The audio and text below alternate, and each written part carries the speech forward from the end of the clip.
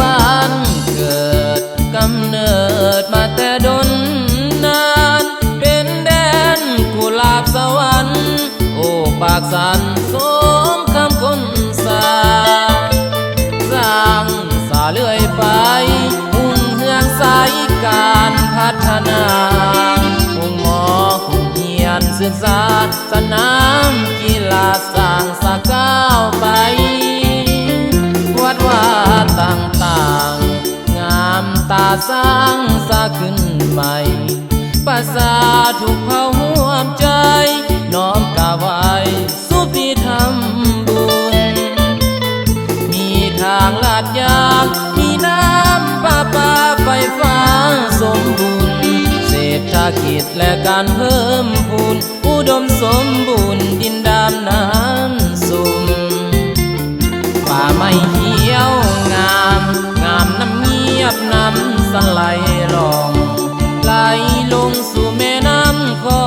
งเมื่อแลมองเห็นน้ำสองสีสมคำล่ำลือเมื่อมาเห็นงามแท้ดีปากสันยามวนยังมีบุญประเพณีออกพรรษาแข่งเรือเป็นเมืองโดดเด่นของแข็งบริคำใสยังมีสิ่งน่าภูมิใจมีตลาดใหญ่ติดคิวรถเมล์สะดวกสบายการซื้อขายไปมาโอเคภาครัฐเอาใจทุ่มเทสมบูรณ์แท้เด้ปากสันสาวงาม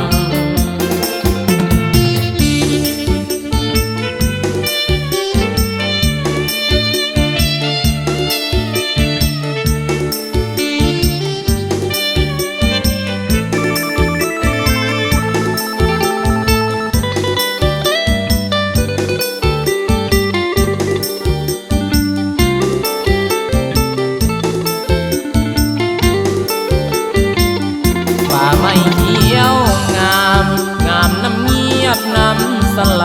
ลองไหลลงสู่แม่น้ำคองเมื่อแลมองเห็นน้ำสองสีสมคำล่ำลือเมื่อมาเห็นงามแท้ดีปากสันยามวนยังมีบุญประเพณีออกพรรษาแข่งเรือเป็นเมืองโดดเด่นของแข็งบริคำใสยังมีสิ่งน่าภูมิใจมีตลาดใหญ่ติดคิวรถเมล์สะดว